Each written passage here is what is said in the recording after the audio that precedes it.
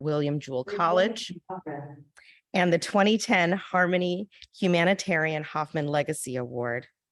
His board service has included the Kansas City Symphony, the Black Archives of Mid-America, Union Station, Kansas City, and many more. Jeffrey Rosen is the president and CEO of the National Constitution Center, a nonprofit, nonpartisan organization whose mission is to increase awareness and understanding of the U.S. Constitution. Located steps from Independence Hall in Philadelphia, the center engages millions of citizens as an interactive museum, national town hall, and provider of nonpartisan resources for civic education. He hosts the center's weekly We the People podcast, which brings together liberal and conservative voices for constitutional debate and teaches Constitution 101 classes for learners of all ages. These educational resources are hosted on the center's acclaimed Interactive Constitution website, which has received more than 55 million hits since launching in 2015. Mr. Rosen is also professor at the George Washington University Law School and contributing editor of The Atlantic. He was previously the legal affairs editor of The New Republic and staff writer for The New Yorker. Finally, he is also the author of 6 books, including most recently, Conversations with RBG, Justice Ruth Bader Ginsburg on Life, Love, Liberty, and Law. Director Kemper and Mr. Rosen, the stage is yours. Great, thank you so much, Laura, and thank you, John Dichtel, for hosting us. And I'm sorry we're not there in person, but this is an important conversation from my point of view for a couple of reasons. The first and most important reason is I want the work of the IMLS, and I hope also the work of the ASLH, during the course of the lead up to the celebration, commemoration, invigilation, investigation, whatever we call it, of the 250th anniversary of the Declaration of the founding of our country, to be informed particularly by 2 people. You've heard the eloquent statement from Danielle Allen, and I urge you to read her book, Our Declaration, to read the essay she wrote in The Atlantic about why she loves the Constitution. It will inform our work and our work with you during the next 4 years. The other person I want to inform our work is Jeff Rosen, and you've heard his resume, and it's pretty extensive. And what we'll talk about today is the extraordinary work he's done at the Constitution Center, the formats he's created, conversation, debate, and the use of our documents, our founding documents, and of the best scholarship around founding documents to continue a conversation that started in the 1760s and 1770s about self-government and the creation of a government devoted to liberty and equality. So I want to start out with asking Jeff a question that should have an obvious answer in one way, because those of us in the audience today, you in the audience today, Danielle, Jeff, me, John, we all care about history. And we care about American history, and we care about our constitutional history. But we live in a very polarized time. We live in a time that is perhaps reminiscent of some of the debates of the 1760s or the 1850s, or I see Jeff is nodding his head, or maybe even the 1950s, in a polarized country in which many people feel there is a conspiracy against their own views, against their view of what the country ought to be about. So, Jeff, why do you want to do this today? Why do you want to present American history in a country that is so divided around the meaning of American history? Well, first of all, it's an honor to be with you and with my fellow members of the History Museum community and to have this conversation. And I'm nodding because 1760s, 1860s, 1950s are exactly the right time frame. And the fact that we know that those are presages or prophetic moments about our own time is a benefit that we have because we've studied history. And it's only if you know about the debates over the stamp tax in the 1760s and the history of John Wilkes's efforts to establish the right to criticize the king. It's only if you know about the debates about abolitionism and whether secession is constitutional or not.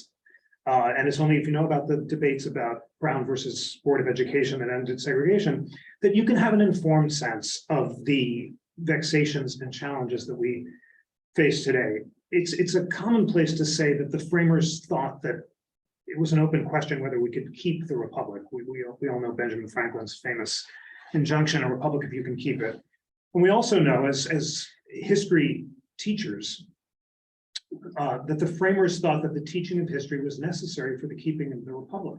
But why? Let's sort of zero in on the truism.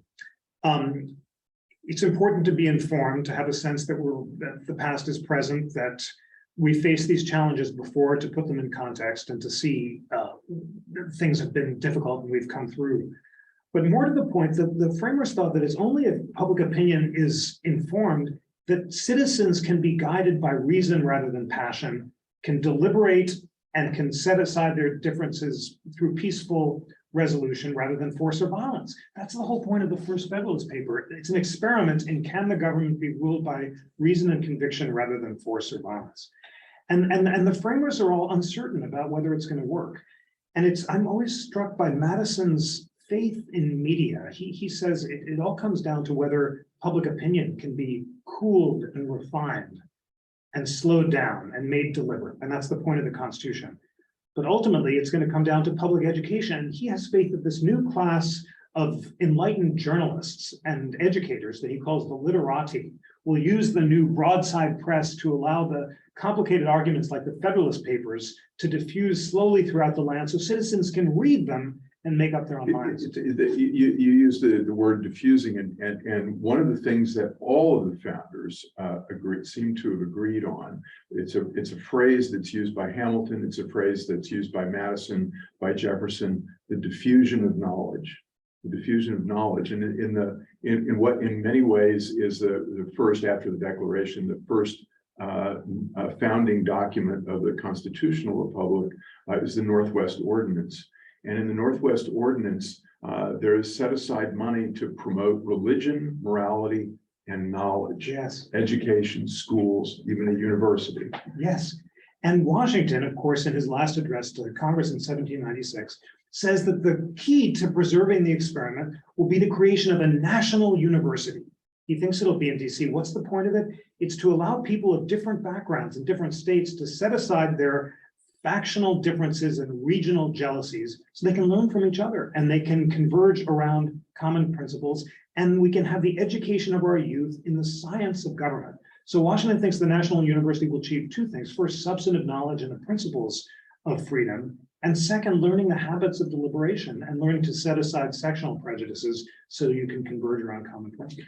And so the habits of deliberation, the habits of discussion, the habits of a conversation about our politics and about our constitutional government. How do we create those habits? I mean, you use documents, 200-year-old, 250-year-old documents to do that. How does that come about? What can we do in the museum and library world to promote that kind of discussion, those habits? I'm just an evangelist and an optimist for the empowering possibilities of the internet to bring together people of different perspectives to explore areas of agreement and disagreement and to learn those habits. So you mentioned the interactive constitution. It's this amazing platform which began when we brought together the leading liberal and conservative law professors in America to write about every clause of the Constitution, describing what they agree about and what they disagree about. It's just this remarkable platform, 80 clauses. You have Justice Amy Coney Barrett and Neil Katyal discussing the meaning of the habeas corpus clause.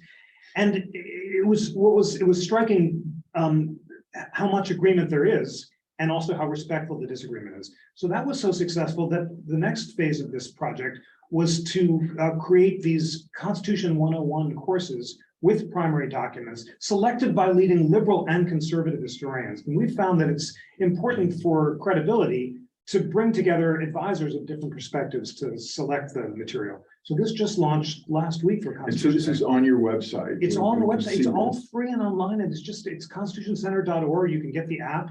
55, it's now 60 million hits since 2015. That's extraordinary. It's the fourth most visited museum website. The third and fourth were neck and neck with Well, the Holocaust Museum. And there's a huge appetite for nonpartisan information, and people are just educating themselves with this stuff. And you know, self-education is important in this setting, but it seems to me the really extraordinary thing that you've done and have been doing at the Constitution Center since you've been there is that this notion that debate and discussion can best be held when it starts with what we do agree on, and then we get to what we disagree on, but it's in terms of where we start, and starting with the Constitution, starting with the Declaration and its influence on the Constitution and our interpretation of the Constitution seems to me a vastly important part of that. And I hope one of the things I hope that comes out of our discussions with Danielle, who will be another conversation that we'll do,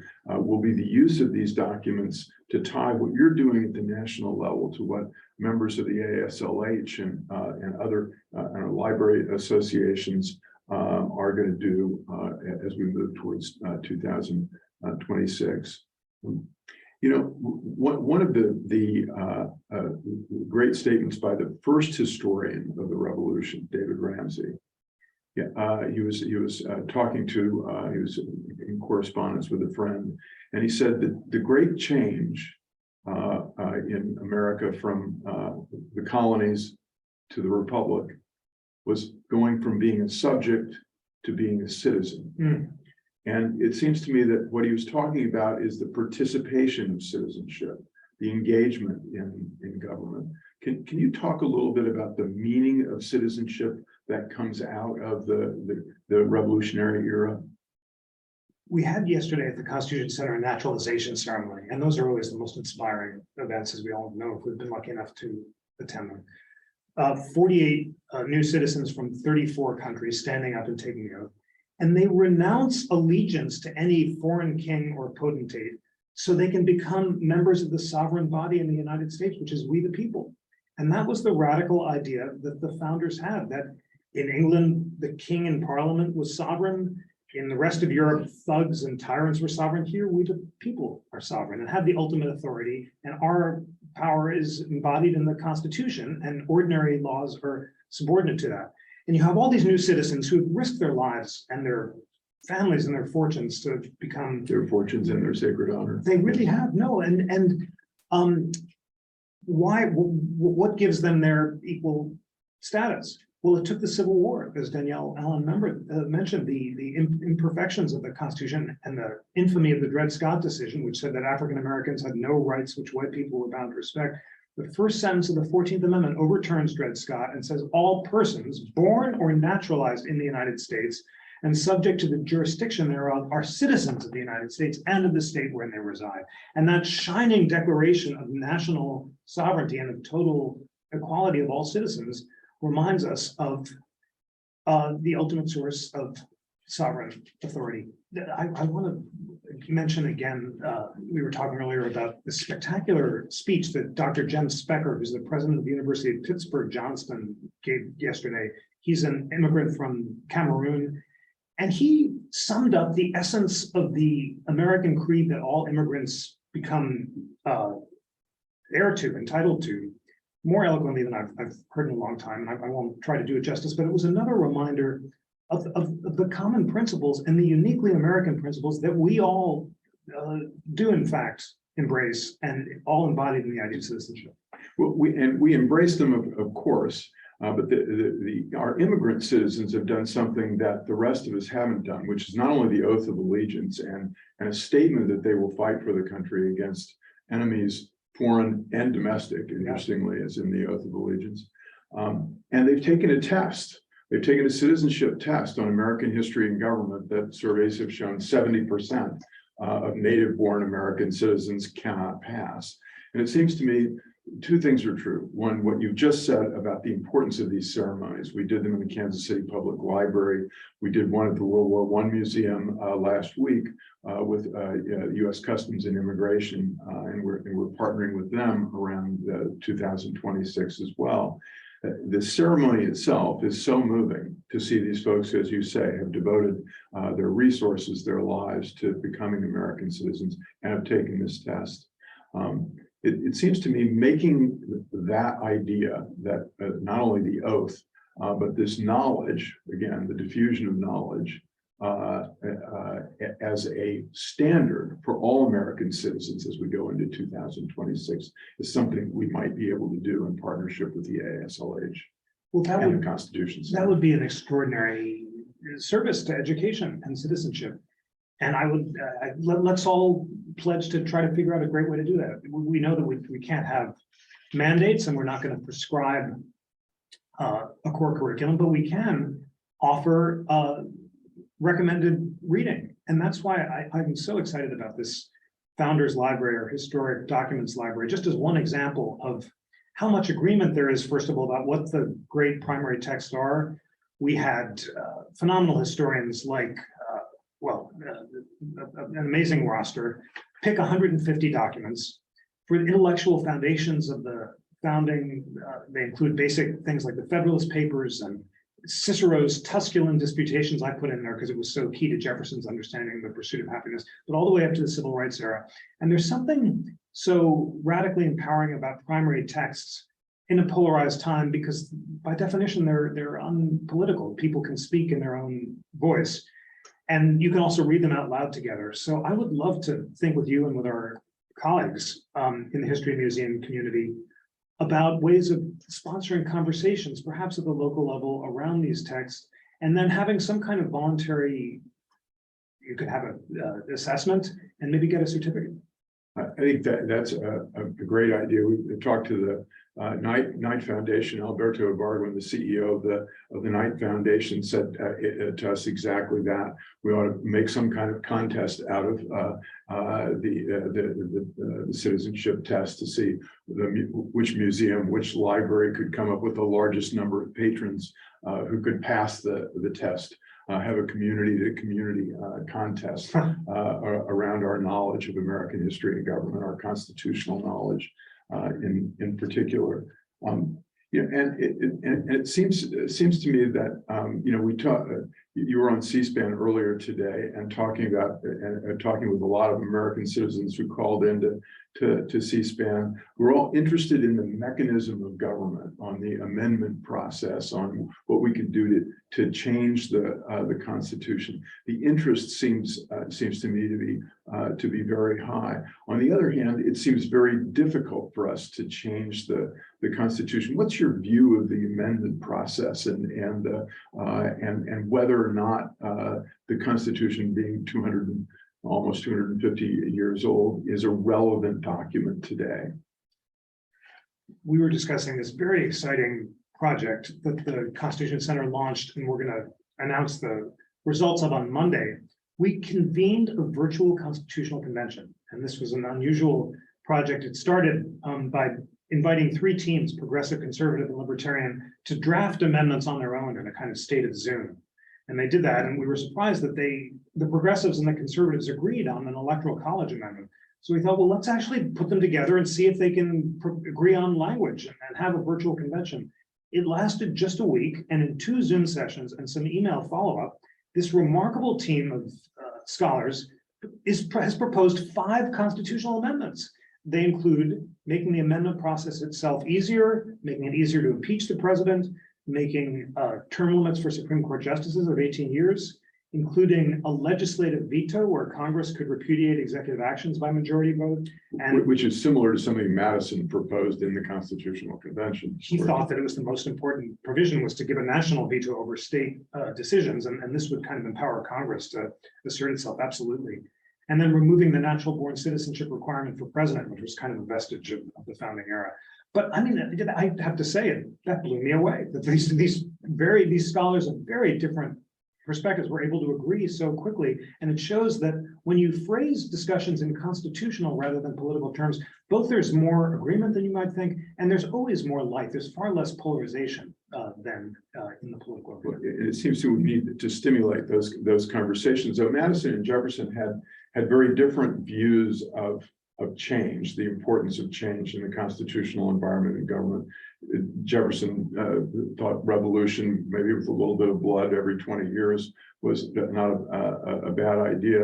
Madison felt very, very differently, I think, about that. He designed the mechanisms of the Constitution are all designed to slow things down, to ambition, to counter ambition, the 10th Federalist, and the mechanisms to make sure that the balance of powers and the separation of powers and the federal structure, there's a y-axis and an x-axis, and the complexity of it. He's interested in the complexity of it in order to slow things down and limit power. I mean, talk a little bit about the differences in the founding era on that subject. Well, you perfectly sum them up. And as you say, Jefferson wanted lots of conventions with some blood, and Madison was afraid that a second one would go off the rails. He thought it was a miracle that the first one survived and didn't want to risk it. But that distinction you introduce is important for our friends and all of us as educators to remember. The central Madisonian point is slowing things down to ensure deliberation. And where does that come from? It's the rule of reason over passion. And that antithesis is so central to the founding era. It comes from the moral philosophy that the founders read from Aristotle and Cicero, as well as from Locke and Hutcheson and the Scottish Enlightenment folks. And the idea is that, you know, we have to resist our first impulses, which can be guided by violent passions like anger, jealousy, and fear, so that we can be guided by reason and serve the common good and the public interest. And that's why the system is so complex, to avoid spot-off decisions. No Brexit in America. You can't have a referendum that changes the Constitution. No direct democracy. It's designed to be slow so that it can be cool. It seems to me that Madison is the ultimate Aristotelian. He uses the phrase more than once, the middle ground. He's looking for the middle ground. And it's very much like the Aristotelian meme. And he's searching for that, and he's searching for ways to inform public opinion in that way, and which, of course, if looking at what we're doing today in social media and the deep partisanship, the polarization, which is a recurrence throughout American history, so this isn't a unique moment, but it's disturbing to see. To think about how we get back to the middle ground, but you're doing it obviously at the Constitution Center with your interactive Constitution and these groups that you're working with. Simply by mindfully bringing together people of different perspectives for these civil dialogues and debates, and creating a structure for the debates. And the middle ground is exactly the right ideal. And you know that I'm excited to be writing a book about the original understanding of the pursuit of happiness. And it turns out that Jefferson and all the founders thought of it not as feeling good, but being good, not as pleasure seeking, but virtue. And virtue for them was Aristotelian moderation, resisting our unreasonable emotions like anger, jealousy, and fear, so that we can achieve temperance, prudence, justice, and fortitude. And for the founders, personal self-government is necessary for political self-government. We can't be good citizens who deliberate thoughtfully with each other unless we master our partisanship and our impulses and our anger on our own. And that's why education is so important too. Just learning habits of browsing and deep reading rather than idle or really partisan browsing is necessary both to be a good person and to be a good citizen. Yeah, and discursive reading, we're promoting that at the IMLS, particularly on the library side, which we're leaving behind in our social media and virtual online world. It's good to see that the online world at the Constitution Center is very discursive in nature. We've been a rights obsessed country from the beginning, and that's part of what makes us great. And it's certainly this notion that other countries are a product of their language, long history, frequently mythological history, etc. But we're the product of an idea. The idea that all men are created equal in the Declaration, we the people of the Constitution, we're a product of ideas, and rights come from those ideas. But again, the thing that strikes me about Madison's work in the Constitutional Convention and after in Federalist Papers and beyond is his notion that there are obligations that come with those rights. And the oath of citizenship is very much about that.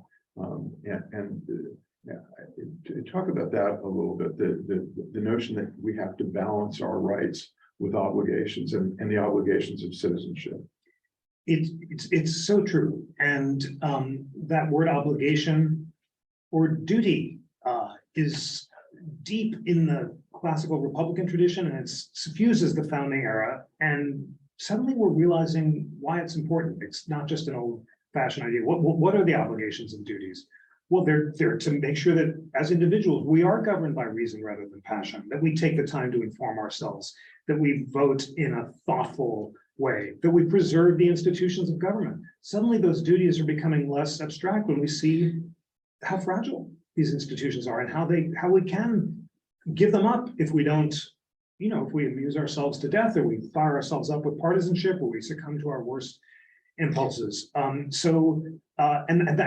that's why the whole, the Bill of Rights is, for Madison, unnecessary or dangerous. And unnecessary because the Constitution itself is a Bill of Rights because it constrains congressional power, and dangerous because people might assume if a right isn't written down, it's not protected. Now, he changed his mind and he allowed it as an added barrier, but the underlying obligations, which are of self-development, of education, of self-mastery, of self-flourishing, remain, in his view, the key question about whether or not the whole thing is going to work.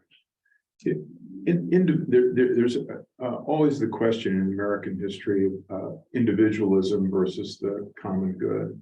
And the 10th Federalist is always used, the ambitions of individuals countering the ambitions of individuals. But in the 14th Federalist, and also in the 41st, he talks about being the mutual guardians of our mutual happiness. He talks about knitting together by so many cords of affection. Madison again uses over and over two words that are fascinating to me: affection and sentiments. And the assumption that we need to share something in our country mutually, and it's a question of reciprocity, sort of a golden rule philosophy. I'm so glad you highlighted those words. And the entire Federalist is a philosophy of political happiness. That's the remarkable thing. Again and again, Madison and Hamilton say the purpose of government is to achieve public happiness, just as the purpose of private life is to achieve private happiness. And both require sentiments and affections. And that word of sentiments is means conscience. We all have a moral sense, according to the Scottish philosophers of sentiment, that will allow us to use our powers of reason to overcome passion. They're constantly debating, reason is always passion's slave, says Hume. And Madison cites, there are two thinkers Madison cites, Hume and Plutarch, in the convention. And they're worried that our emotions are going to get the better of our reason. But conscience and sentiment in the moral sense will ultimately allow us to be guided by reason. And that's necessary to achieve public and private happiness. One more thing in this, I'm just writing the Madison chapter, and it's the Federalist Papers is an act of political psychology. Just as individuals have to use their faculties of reason located in the head and conscience in the heart to overcome the unreasonable passions which are located down here, so the government is constructed the same way, with the Senate like a kind of reasonable body, and the intermediate bodies of conscience, and the turbulent House. And this is the moral psychology they read as kids at Princeton, and they're now constructing a government to mirror the faculties of the human mind so that we can achieve public happiness. Yeah, I think that's probably a good place for us to end our discussion. The pursuit of happiness, which is we've been dedicated to by the Declaration, and which the Constitution Center under Jeff Rosen's great leadership is one of the stunning great examples in our country, and that we hope we'll be able to take that message through IMLS engagement with the ASLH, and U.S. Customs and Immigration, and other partners, Constitution Center primarily among them, to American citizens. Thank you all very much. Take care. Jeff, thank you. Thank you, Crosby. Happy Constitution Day. Constitution Day. Thank you. Thank you, Crosby and Jeff, for that dynamic and inspirational conversation that really helps to put a great pin in the dialogues that this community has been having for the last few days and really the last few years. We're so honored at IMLS to be in partnership with you all, to be able to leverage and support all of the work that this community and AASLH has already been engaged in to prepare the entire nation for celebrating 250 years of this nation. And we look forward to digging in more to the fundamentals of what this country is built on and how to leverage the superpowers of this community, which is bringing those big ideas to people every day where they are and finding themselves in that story. Thank you again for having us here today, and I'll turn it over to John. Thank you. Stop recording, yeah. We're muted. We're muted, yeah. Thank you so much, Jeff. That was great.